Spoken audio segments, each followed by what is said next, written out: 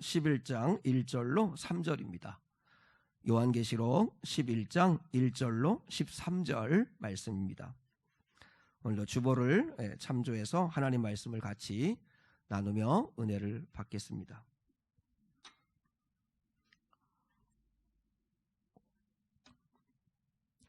한 절씩 교독합니다. 또 내게 지팡이 같은 갈대를 주며 말하기를 일어나서 하나님의 성전과 제단과 그 안에서 경배하는 자들을 측량하되 성전 밖간마당은 측량하지 말고 그냥 두라. 이것은 이방인에게 주었은즉 그들이 거룩한 성을 42달 동안 짓밟으리라. 내가 나의 두 증인에게 권세를 주리니 그들이 굵은 베옷을 입고 1260일을 예언하리라. 그들은 이 땅에 주 앞에 서 있는 두 감람나무와 두 촛대니 만일 누구든지 그들을 해하고자 하면 그들의 입에서 불이 나와서 그들의 원수를 삼켜버릴 것이요 누구든지 그들을 해하고자 하면 반드시 그와 같이 죽임을 당하리라. 그들이 권능을 가지고 하늘을 닫아 그 예언하는 날 동안 비가 오지 못하게 하고 또 권능을 가지고 물을 피로 변하게 하고 아무 때든지 원하는 대로 여러 가지 재앙으로 땅을 치리로다. 그들이 그 증언을 마칠 때에 무적행으로부터 올라오는 짐승이 그들과 더불어 전쟁을 일으켜 그들을 이기고 그들을 죽일 터인즉 그들의 시체가 큰 성 길에 있으리니 그 성은 영적으로 하면 소돔이라고도 하고 애굽이라고도 하니 곧 그들의 주께서 십자가에 못 박히신 곳이라. 백성들과 족속과 방언과 나라 중에서 사람들이 그 시체를 사흘 반 동안을 보며 무덤에 장사하지 못하게 하리로다. 이 두 선지자가 땅에 사는 자들을 괴롭게 한 거로 땅에 사는 자들이 그들의 죽음을 즐거워하고 기뻐하며 서로 예물을 보내리라 하더라. 3일 반 후에 하나님께로부터 생기가 그들 속에 들어가매 그들이 발로 일어서니 구경하는 자들이 크게 두려워하더라. 하늘로부터 큰 음성이 있어 이리로 올라오라 함을 그들이 듣고 구름을 타고 하늘로 올라가니 그들의 원수들도 구경하더라. 13절 같이요. 그때에 큰 지진이 나서 성 10분의 1이 무너지고 지진에 죽은 사람이 7천이라. 그 남은 자들이 두려워하여 영광을 하늘의 하나님께 돌리더라. 아멘.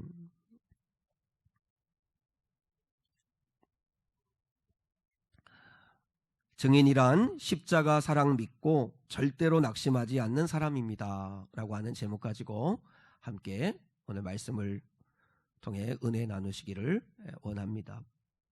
특별히 주님이 오늘 요한계시록 11장에서는 두 증인에 대한 말씀을 하고 계세요. 증인이 둘인 이유는 법적 효력이 있기 때문입니다. 그러니까 증인이 되려면 최소한 두 사람 이상이 의견의 일치를 보아야만 법적 효력이 있기 때문에 그래서 두 증인이다 이렇게 이야기하는 것입니다. 두 증인의 정체는 누구이냐면 두 증인을 이해하려면 어떤 특정한 사람으로 이해하시면 안 됩니다. 여러분이 특별히 요한계시록을 보실 때 이런 숫자가 나오거나 아니면 어떤 이렇게 어떤 의미를 담기는 단어들이 나올 때에 요한계시록은 상징으로 풀어야 합니다. 그러니까 어떤 특정한 기간, 특정한 사람에게 적용하면 잘못될 수 있습니다. 이단의 특징이 뭐냐면 항상 특정한 기간, 특정한 사람에게 집중하도록 만드는 거죠. 이단이나 아니면 정통교회인 우리도 마찬가지인데 우리가 빠질 수 있는 함정이 뭐냐면 자꾸 사람을 주목하는 겁니다. 그러니까 결국은 주님이 드러나야 되는데 결국은 사람이 드러나고 결국은 사람이 대접받고 사람이 주목받는 건 그건 결코 온전한 건 아닙니다. 그러니까 목사님들이 너무 유명해지고 그래서 그 유명한 목사님들이 너무 주목을 받고 하는 건 사실 바람직한 건 아니죠. 왜냐하면 우리 주님이 드러나고 주님이 높임을 받으셔야 한다 하는 것입니다. 두 증인은 특정한 사람이 아니라 각 시대마다 하나님께 부름을 받아 증인의 사명을 감당하는 그리스도인들을 일컫는 말입니다. 그러니까 특정한 사람에게 부여하고 나는 상관이 없다 이렇게 생각하면 안 된다는 거죠. 자, 저를 이렇게 보세요. 여러분은 본문 4절을 한번 같이 봐요. 본문 4절을 같이 한번 읽겠습니다. 시작. 그들은 이 땅의 주 앞에 서 있는 두 감람나무와 두 촛대니. 자, 두 증인이 누구를 말하냐면 두 감람나무와 두 촛대다 이렇게 얘기했는데, 촛대는 우리가 금방 이해할 수 있죠. 요한계시록 1장에 보면 예수님이 7 촛대 사이에 서 계셨다. 오른손에 7뼈를 붙들고, 근데 7뼈는 7 교회의 사자요, 7 촛대 사이에 서 계셨는데 7 촛대는 7 교회라 이렇게 말씀했죠. 그러니까 두 촛대라고 하는 이야기는 증인의 사명을 감당하는 교회를 이야기하는 거죠. 교회는 건물이 아니잖아요. 그 교회는 예수 그리스도를 나의 구주로 영접한 그리스도인들, 증인의 삶을 사는 그리스도인들을 총칭하는 말이 교회라는 말이잖아요. 그러니까 두 촛대는 바로 두 증인인데, 두 증인은 바로 그리스도를 믿는 그리스도인들을 이야기하는 거고, 두 감람나무는 어떻게 이해를 해야 되냐면, 항상 계속 강조하지만 요한계시록을 여러분이 볼 때마다 사도 요한이 본 환상들은 다 구약의 선지자들이 경험했던 환상들이라는 걸 기억하셔야 돼요. 무슨 얘기예요? 무슨 얘기냐면, 요한만 보고 요한이 꾸며낸 이야기가 아니라 하나님은 계속해서 말씀하셔 왔다는 거예요. 근데 오늘 두 감람나무의 이 환상은 누가 봤냐면 스가랴 선지자가 봤어요. 자, 주보에 있는데요. 스가랴 4장 11절을 같이 한번 읽어요. 시작. 내가 그에게 물어 이르되 등잔대 좌우에 두 감람나무는 무슨 뜻이니까? 그러니까 스가랴가 두 감람나무를 보게 돼요. 두 감람나무가 그 금 등잔대 좌우에 떡하니 서 있는 모습을 보고, 두 감람나무는 누구를 이야기하고 무엇을 이야기하는 겁니까? 그때 하나님이 대답해 주시기를 14절 시작. 이르되 이는 기름 부음 받은 자 둘이니 온 세상의 주 앞에 서 있는 자니라 하더라.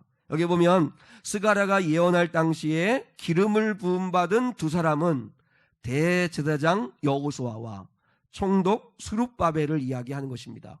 그들에게 하나님이 특별히 사명을 주셨어요.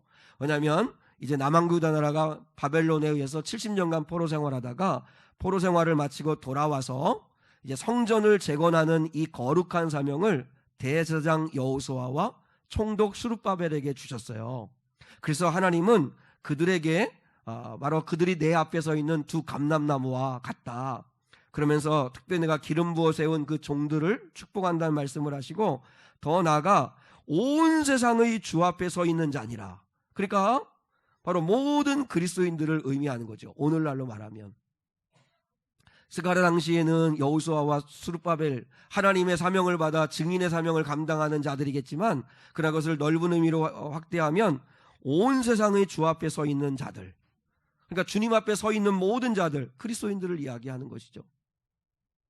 그래서 여러분 정리하면 요한계시록의 두 증인, 두 감람나무, 특히요 이단 그 신천지나 예전에는 그 전도관 박태선이라고 하는 사람이나 다 자기가 감람나무라고 그러면서 다 미혹하고 막 그러거든요. 두 증인, 두 감람나무, 두 촛대는 특정한 사람을 이야기하는 게 아니라 각 시대마다 예수 그리스도를 믿는 자들, 하나님의 말씀과 능력을 위임받은 성도들, 왕같은 제사장의 사명을 감당하는 성도들, 복음 전파 사명을 감당하는 성도들을 일컫는 말이다 라고 한 사실을 꼭 기억할 수 있기를 원합니다. 여러분, 우리 예수님이 사도행전 1장 8절에서 너희는 다 내 증인이 되리라 이렇게 말씀했잖아요. 그러니까 특별한 사람만 증인되는 게 아니라 우리 주님의 부르심은 너희 모두가 성령으로부터 권능을 받고 내 증인이 되리라 말씀하셨잖아요. 그러니까 다 우리가 뭐로 부름받은 거예요? 증인으로 부름받은 거예요. 증인으로 부름받은 자들이다. 사실을 꼭 마음속에 확신할 수 있기를 축복합니다. 그러면 본문에 보면 이 증인의 특징이 세 가지가 나와요. 자, 첫 번째 증인의 특징은 그들에게 큰 권세를 줬다는 거예요. 자, 3절을 보겠습니다. 본문 3절. 자, 따라오시면서 오면 그 인용된 말씀이 그대로 있습니다. 시작. 내가 나의 두 증인에게 권세를 주리니 그들이 굵은 베옷을 입고 1260일을 예언하리라. 여러분 요한계시록이 조금 어려워하는 건 뭐냐면 1260일 막 이런 게 나오니까 그런데 늘 말씀드리잖아요. 이런 숫자가 나와도 1261일은 42달 3년 반입니다. 그래서 7년 대환란 중에 전 3년 반이다 후 3년 반이다 이러면서 사람을 그렇게 어지럽게 하고 그 기간이 언제쯤일 거다 하면 특정한 기간으로 자꾸 해석하려고 하는데 이건 하나님이 정하신 때입니다. 하나님이 정하신 때, 하나님이 정하신 특별한 그 한정된 때를 이야기하는 거니까 이런 말씀이 나올 때 너무 어렵게 생각하지 말고 그냥 상징으로 이해하면 됩니다. 그럼 여러분 보세요. 우리가 생각할 때 하나님이 증인들에게 권세를 줬다는 거예요. 증인의 권세를 줬어요. 그러면 우리가 생각할 때 권세는 강한 힘을 주는 거라고 생각할 수 있잖아요. 마치 상대를 제압할 수 있는 더 강력한 힘을 좀 주셔서 그래서 승리할 수 있도록 하나님이 힘을 주셔야 된다고 생각하는데 오늘 본문에 보니까 그 두 증인에게 권세를 줬는데 그들이 굵은 베옷을 입고 이건 뭐예요? 회개의 메시지를 선포한다는 뜻이에요. 회개의 메시지를 선포하고 1260일 하나님이 정한 기간 동안 뭐 하리라? 예언하리라. 그러니까 예언하는 사명을 줬다는 거예요. 예언하는 권세를 줬다는 거예요. 그럼 우리가 생각할 때 그게 무슨 권세야? 그게 무슨 권세야? 한번 보세요. 근데 우리가 살다 보면 더 큰 힘을 가지고 상대를 제압해서 상대를 변화시키는 게 아니고 하다못해 자녀 하나를 키울 때도 보세요. 자녀에게 부모가요 윽박지르고 잔소리한다고 해서 자녀가 변화되는가? 그렇지 않습니다. 더 큰 힘을 가지고 부모가 자녀를 제압해 보려고 하지만 그러나 그렇게 해서 변화 안 됩니다. 절대 변화 안 됩니다. 차라리 부모가 십자가의 길을 가고 손해보는 길을 선택하고 죽음의 길을 가면 자녀들이 보고 깨닫게 되는 것입니다. 다시 말하면 부모가 하나님의 말씀에 순종하는 삶을 살아갈 때 자녀들은 거기에서 배우고 그리고 변화되기를 시작하는 거죠. 우리가 왜 그렇게 싸울까요? 가정에서도 싸우고 교회에서도 싸우고 이 세상도 싸우고 정치판도 싸우고 끊임없이 싸워요. 가정에서 부부가 싸우고 부모 자식 간에 싸우고 형제지 간에 싸우고 교회에서는 목사와 장로들이 싸우고 장로들끼리 또 싸우고 성도 간에 싸우고 노예에서는 목사 장로와 또 싸우고 왜 끊임없이 싸울까요? 이기려고 하는 거죠. 이기려고 하는 거죠. 이긴다는 게 뭐예요? 내가 너보다 더 힘이 있다는 걸 증명하고 싶은 거죠. 그런데 그건 주님의 방법은 아니라는 것입니다. 주님이 가신 길은 그런 길은 아니죠. 주님이 힘이 없으셔서 당하시지 않았잖아요. 주님은 만왕의 왕 되시고 만주의 주가 되시는 전능자이십니다. 주님은 얼마든지 당신의 능력으로 제압할 수 있지만 그 힘을 한 번도 이 땅에 오셔서 쓰시지 않았습니다. 대신 십자가 지시고 고난 받으셨습니다. 남은 구원하면서 왜 너는 구원 못하느냐? 십자가에서 내려오면 우리가 믿겠다. 별의별 멸시와 조롱과 정말 온갖 비난을 다 쏟아부어도 주님은 아버지 저들의 죄를 사하여 주옵소서. 저들이 하는 것을 알지 못합니다. 오히려 그들을 용서하고 그들을 품고 그들을 구원하기를 원하셨다는 거죠. 주님은 힘이 있으시니까 단번에 심판하실 수 있었는데 주님이 오신 목적은 심판이 아니라 구원이었기 때문에 그렇게 하지 않으세요. 그러면 우리가 그리스도의 증인이라면 그리스도를 믿는 사람이라면 우리도 그 주님을 따라가야죠. 보세요. 오늘 주님의 권세가 뭔지 아세요? 주님의 권세는 구원의 기쁜 소식을 전해주기 위하여 오신 거예요. 그죠? 모든 사람들이 이대로 내버려두면 죄의 값으로 말미암아 영원한 심판을 받아 지옥 갈 수밖에 없어요. 근데 하나님이 세상을 너무나 사랑하셔서 독생자를 주셔서 예수님이 이 땅에 오신 이유가 뭐예요? 내가 너희를 죄를 사할 수 있는 길, 구원받을 수 있는 길, 영생을 얻을 수 있는 길, 천국에 갈 수 있는 길, 그 길을 내가 알려주겠다고 오셔서 하나님의 나라의 소식을 전해주시잖아요. 근데 많은 사람들이 알아듣지를 못해요. 주님이 뭐라 말씀하세요? 공격하는 자들에게 이렇게 말씀하잖아요.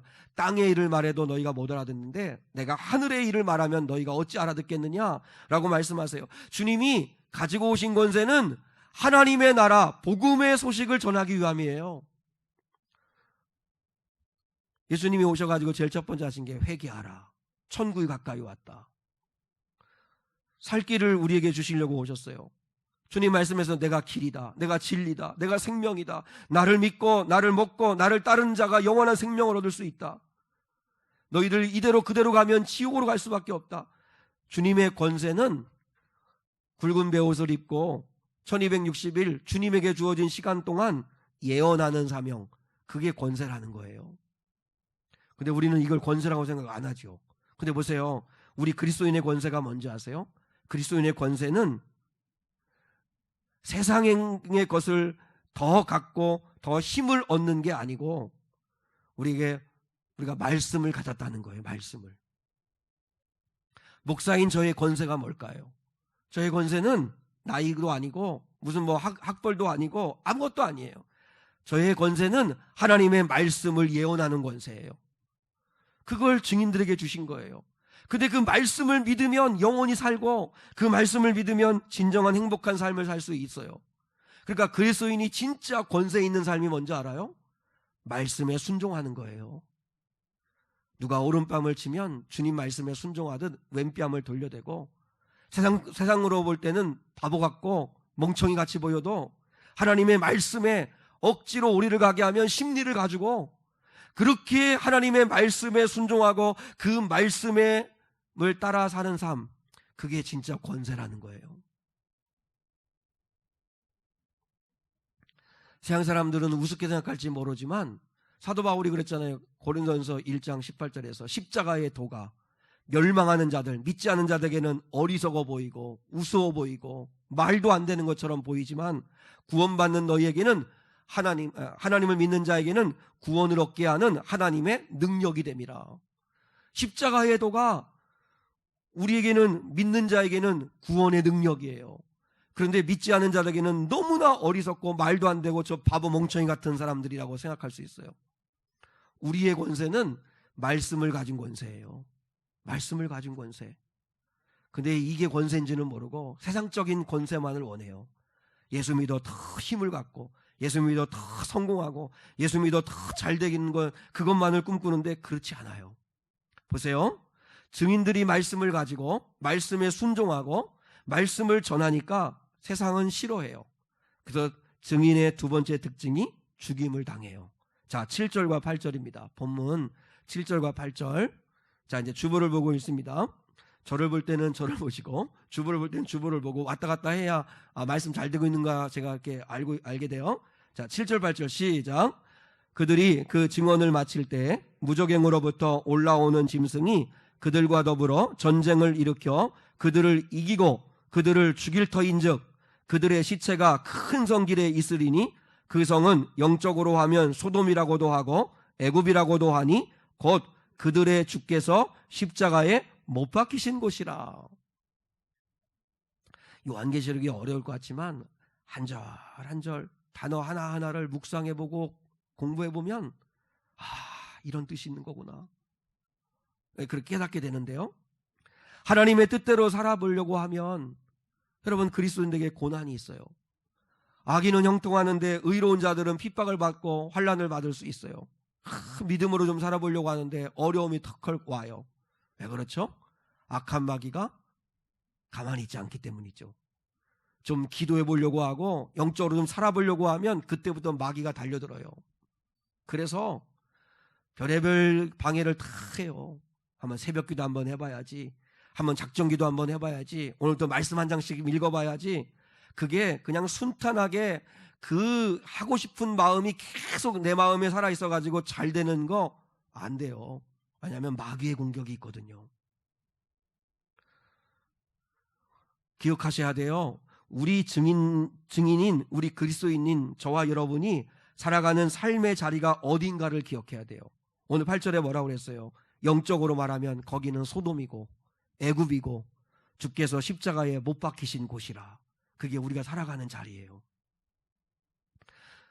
그 광고에 그런 거 있잖아요. 꽃길만 가세요 하는 그런 광고가 있는데 저는 그 광고를 별로 좋아하지 않아요. 왜냐하면 그리스도인은 꽃길을 가는 게 아니고, 여러분 예수 믿으면 꽃길을 갑니다. 주님은 한 번도 그렇게 말씀하신 적 없어요. 너희가 나를 따라오려면 자기를 부인해야 되고 십자가를 지고 나를 쫓아야 되고, 많은 사람들이 가는 넓은 길이 아니라 좁은 길이다. 길이 협착하고 가는 사람이 적다. 그런데 그 길이 영원한 생명으로 가는 길이다. 주님은 좁은 길이라고 말씀하셨어요. 꽃길이 아니에요. 오늘 성경에 보니까 우리의 삶의 자리가 왜 그런 줄 알아요? 소돔이고 애굽이고 주께서 십자가에 못 박히신 곳이기 때문에 그래요. 소돔이 어떤 곳이에요? 소돔은 동성애로 멸망당한 성이에요. 그 예전에 아브라함 시대 때, 그때도 동성애로, 그리고 그 우상숭배로, 음란함으로 심판받아 멸망한 성이 소돔이에요. 그러면 오늘날 우리가 살아가는 이 땅이 영적으로 말하면 소돔 같다는 게 무슨 뜻이에요?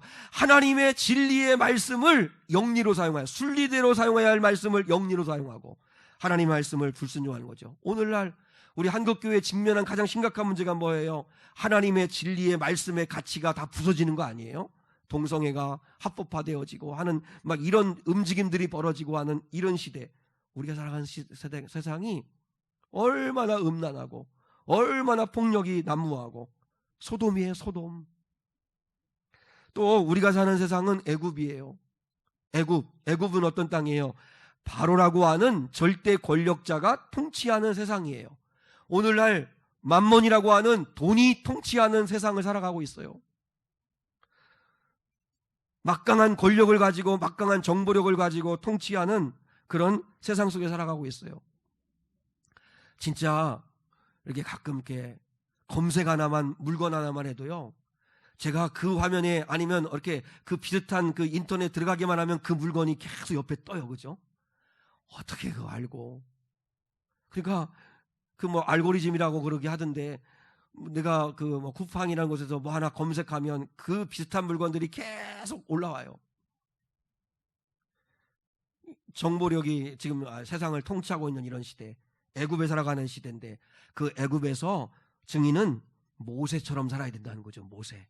자, 모세가 어떻게 살았는가를 히브리서 11장에서 이렇게 말씀하고 있어요. 자, 히브리서 11장 24절로 26절 같이 한번 읽어요. 시작. 믿음으로 모세는 장성하여 바로의 공주의 아들이라 칭함받기를 거절하고 도리어 하나님의 백성과 함께 고난받기를 잠시 죄악의 낙을 누리는 것보다 더 좋아하고 그리스도를 위하여 받는 수모를 애굽의 모든 보화보다 더 큰 재물로 여겼으니 이는 상주심을 바라봄이라. 보세요. 모세는 공주의 아들이라는 명예, 스펙, 애굽의 모든 금은보화를 소유하고 폼나게 세상락을 누리며 살아가는 삶을 거절했다고 그랬어요. 이유가 뭐예요? 하나님을 믿기 때문에. 하나님이 상 주시는 하나님이고 심판하시는 하나님이라는 것을 믿었기 때문에. 모세가 뭘 바라봤어요? 상 주심을 바라봅니다. 상 주심을 바라봅니다. 심판자 하나님을 바라봤기 때문이라는 거죠. 모세는 하나님의 백성들과 고난받는 것을 세상락 누리는 것보다 더 좋아했어요. 잠시 잠깐 이 땅에서 호의호식하면서 잘 사는 것보다 하나님 나라에서 영원히 잘 사는 삶을 선택했다는 거예요. 이렇게 할 수 있는 믿음이 어디서 나왔다는 거예요? 하나님이 상 주시는 자라는 걸 믿었기 때문이라는 거예요. 애굽에 살지만 증인은 모세처럼 사는 겁니다. 모세처럼. 그러나 여러분 기억하십시오. 우리가 살아가는 세상이 소돔이고 애굽이지만 그러나 그곳에서 우리 주님이 십자가에 못 박혀 죽으셨습니다. 자, 호세아에게 예언해 주셨던 말씀이 2장 15절에 나오는데, 자, 한번 같이 한번 읽을게요. 호세아 2장 15절 시작.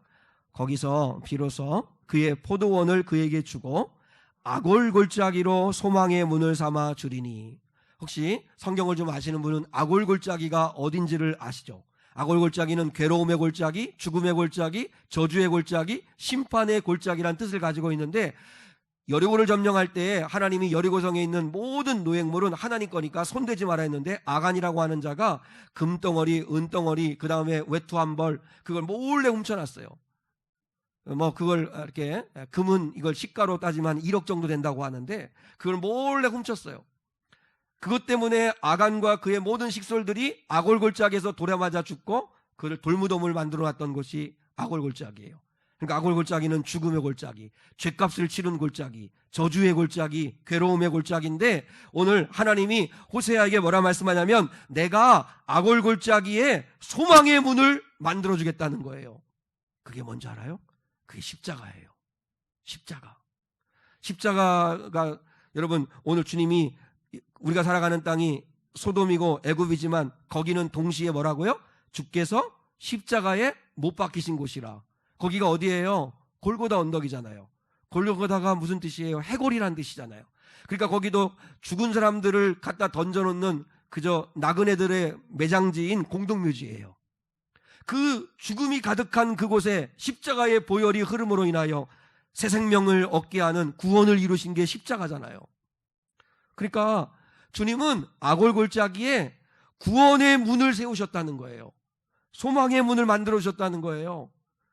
우리에게는 저주고 우리에게는 심판이고 우리에게는 영원한 사망인데 근데 예수가 십자가를 통하여 그 십자가 문을 통과하기만 하면 우리가 다시 사는 구원의 길을 열어놓으셨다는 거예요. 그게 우리가 살아가는 이 땅에 사람들에게 주어야 할 복음이죠. 복음. 주님은 소돔과 애굽 땅에서 십자가에 못 박혀 죽으신 거예요. 그러니까 여러분 우리 증인의 사명이 뭐예요? 주님 가신 그 길을 우리도 따라가는 거예요. 따라가는 거예요. 우리는 소돔 땅에서 진리를 지켜야 되고 거기서 우리가 거룩하게 사는 게 증인의 사명입니다. 아까 말했잖아요. 우리가 살아가는 세상이 소돔이라고. 소돔이지만 그러나 불의와 음란과 폭력과 죄가 난무하는 곳이지만 그러나 증인은 소돔 땅에서 진실하게 거룩하게 신실하게 하나님의 자녀답게 살아가는 거고 우리가 살아가는 땅이 어디예요? 애굽이에요. 바로 왕의 명령을 두려워하는 게 아니라 모세처럼 하나님을 두려워하고 하나님이 상 주시는 자이심을 믿고 이 세상 낙 잠깐 누리는 것보다 하나님의 백성과 함께 고난받기를 더 즐거워하는 그런 삶을 살아가는 삶, 그게 증인의 삶이다. 그러면 주님은 그렇게 증인의 삶을 살아가는 자들에게 세 번째 특징을 주신다는 거예요. 증인에게 주신 세 번째 특징이 뭐예요? 하나님이 살려내신다는 거예요. 자, 11절 본문 11절 시작. 3일 반 후에 하나님께로부터 생기가 그들 속에 들어가매 그들이 발로 일어서니 구경하는 자들이 크게 두려워하더라. 여러분 믿을 수 있기를 축복합니다. 저들이 우리를 짓밟고 죽이려고 하지만 절대로 우리는 죽지 않는다는 것입니다. 풍랑이 불겠고 어려움이 있겠지만 반드시 하나님은 다시 살려내신다는 거예요. 살려내신다는 거예요. 우리가 소돔 땅에서 애굽 땅에서 주님이 십자가에 못 박히신 것처럼 우리도 주님을 따라서 십자가에 못 박히고 십자가의 길을 가고 그리고 또한 하나님 말씀에 순종하여 손해보는 길을 갈다 할지라도 절대로 증인들은 하나님이 살려내신다는 거예요. 하나님이 은혜와 복을 주신다는 거예요. 저는 빌립보서 2장 5절로 10절을 참 사랑합니다. 참 너무 은혜가 됩니다. 자, 빌립보서 2장 5절로 10절에서 5절로 8절까지 먼저 있습니다. 시작.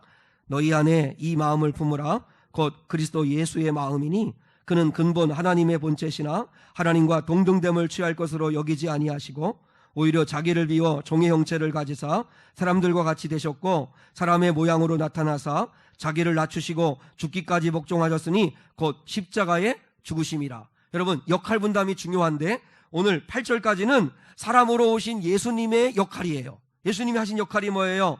하나님과 동등됨으로 여기지 않으셨어요. 자기를 비우셨어요. 낮아지셨어요. 그리고 십자가에 죽기까지 복종하셨어요. 이게 다 십자가의 길을 가는 증인의 삶은 아니에요? 여러분 우리도 여기지 말아야 돼요. 내가 목사인데, 내가 장로인데, 내가 우리 교회에서 제일 많이 수고하고 애썼는데, 내가 그래도 어른인데 여기지 말아요. 그렇게 여기지 말아요. 우리는요 자기를 비우고 낮아지는 일을 해야 돼요. 십자가를 지고 복종하는 삶을 살아야 돼요. 그러면 하나님이 하나님 역할을 해주신다는 거예요. 그게 9절부터 11절이에요. 자, 9절부터 11절 시작. 이러므로 하나님이 그를 지극히 높여 모든 이름 위에 뛰어난 이름을 주사 하늘에 있는 자들과 땅에 있는 자들과 땅 아래에 있는 자들로 모든 무릎을 예수의 이름에 꿇게 하시고 모든 입으로 예수 그리스도를 주라 시인하여 하나님 아버지께 영광을 돌리게 하셨느니라. 자, 주님이 주님의 역할을 하니까 하나님은 하나님의 역할을 하시는데 하나님이 하시는 역할이 뭐예요? 그를 지극히 높이시고 살려내시는 일을 하시는 거예요. 예수 이름 앞에 모두 무릎 꿇게 하시고. 그러면 증인의 삶도 마찬가지예요. 우리가 죽는 거 두려워하지 말아요. 손해보는 거 두려워하지 말아요. 십자가 지는 거 두려워하지 말아요. 여러분, 예수님을 믿기에 희생하는 거 힘들어하지 말아요. 왜요? 하나님이 살려내세요. 우리가 우리 역할을 하면 하나님은 하나님의 역할을 해주세요. 믿으십니까? 이게 여러분 증인에게 주어진 특징입니다. 그러면 말씀의 결론으로 우리를 다 증인으로 부르셨는데 그러면 우리도 증인으로서의 삶을 살아야 되는데 오늘날 21세기 2021년에 내가 증인으로 산다는 게 무엇을 의미하는 걸까?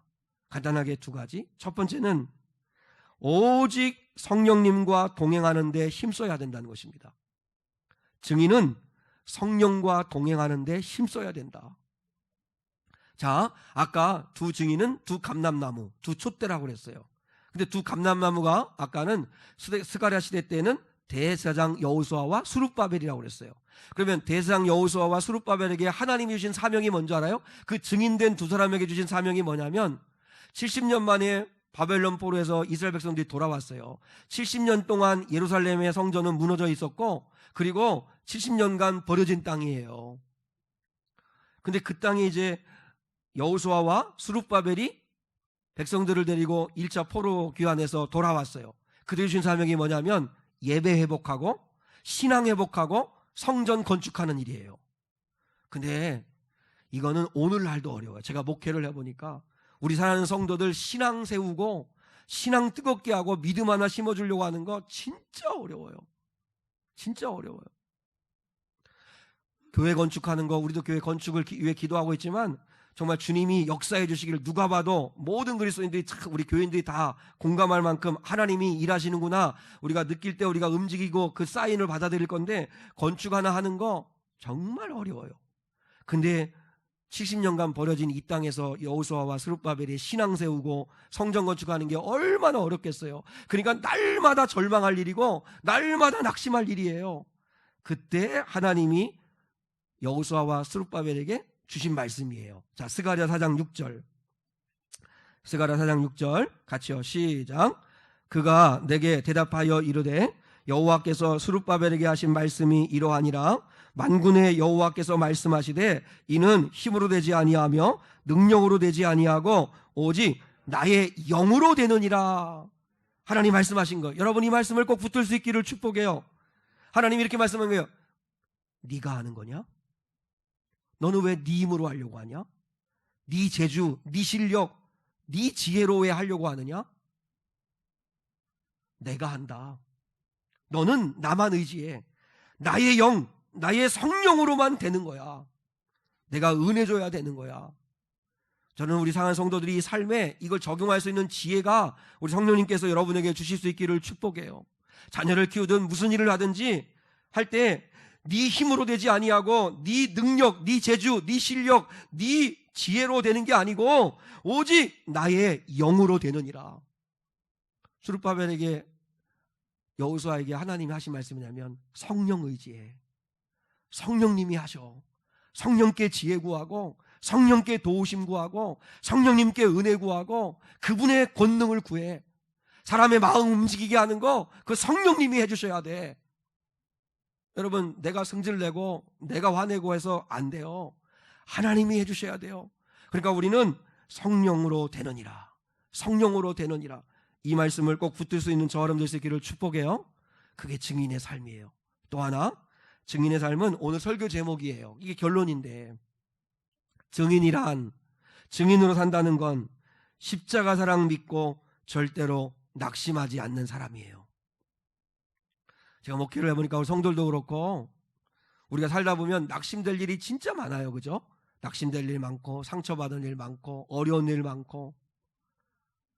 근데 한번 생각해 봤어요. 솔직하게 저도 목사지만 우리 사랑하는 성도들도 마찬가지예요. 우리의 삶은 매일매일 똑같은 삶이 반복되는 평범한 일상이에요. 그죠?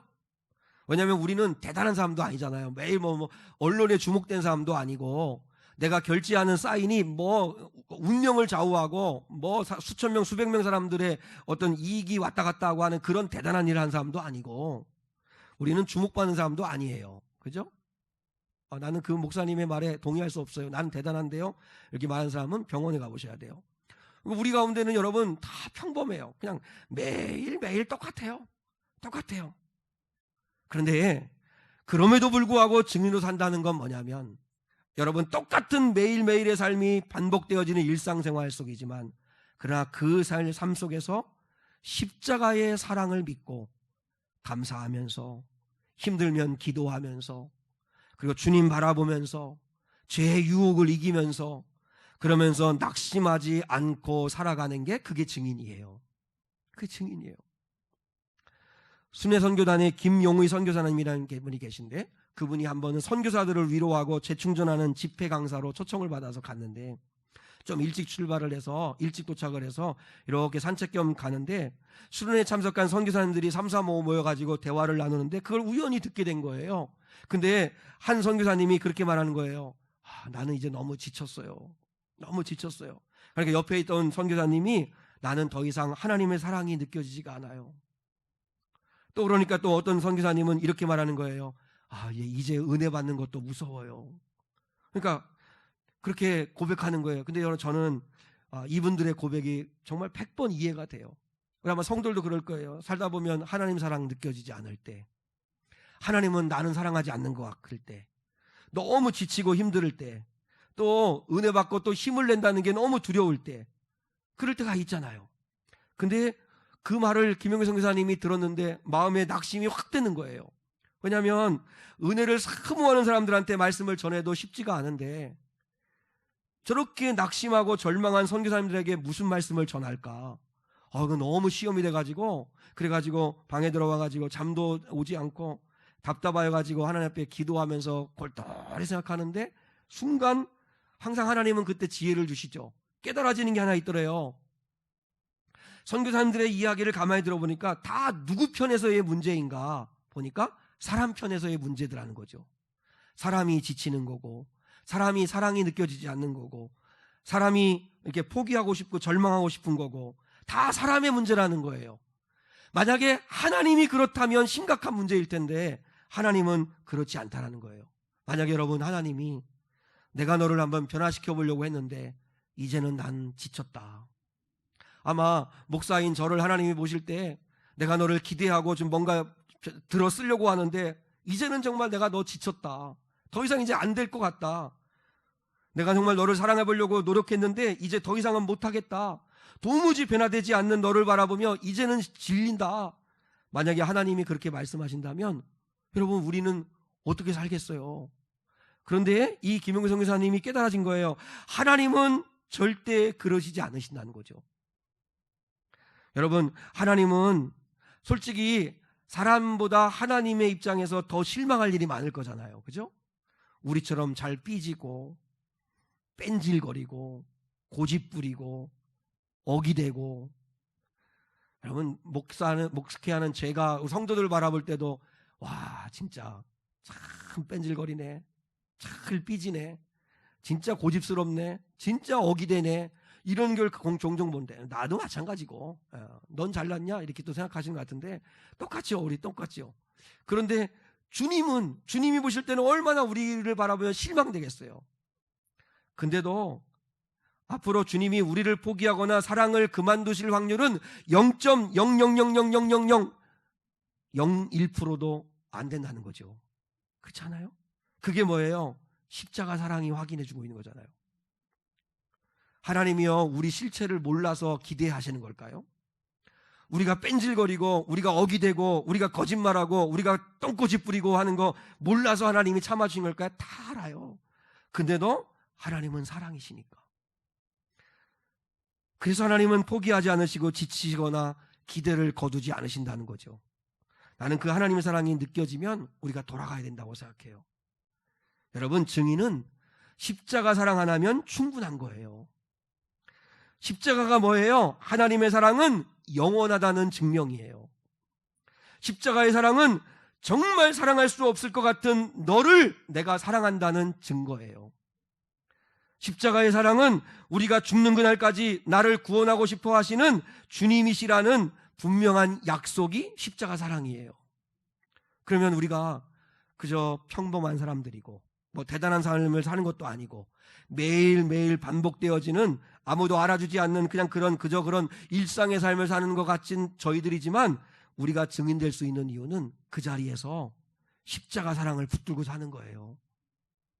그래서 나를 내가 포기하지 않고 나를 내가 미워하지 않고 그리고 소돔과 애국 같은 곳이지만 그러나 죄를 이기고 그리고 진실하게 살려고 애를 쓰고 내가 십자가 지고 손해를 보면 죽을 것 같지만 하나님이 다시 살려내실 걸 믿고 그 십자가 사랑 붙들고 사는 게 그게 증인이에요. 믿습니까? 저는 이 증인의 삶을 살 수 있기를 축복해요. 증인은 십자가 사랑을 믿고 절대로 낙심하지 않는 거예요. 앞으로 여러분 낙심하지 말아요. 증인은 십자가 사랑을 믿고 죄 근처에도 가지 않는 거예요. 십자가의 사랑을 믿고 증인은 주님 붙들고 사는 거예요. 오늘 일부 예배 참여하신 우리 모든 성도들이 증인될 수 있기를 주님의 이름으로 축복합니다.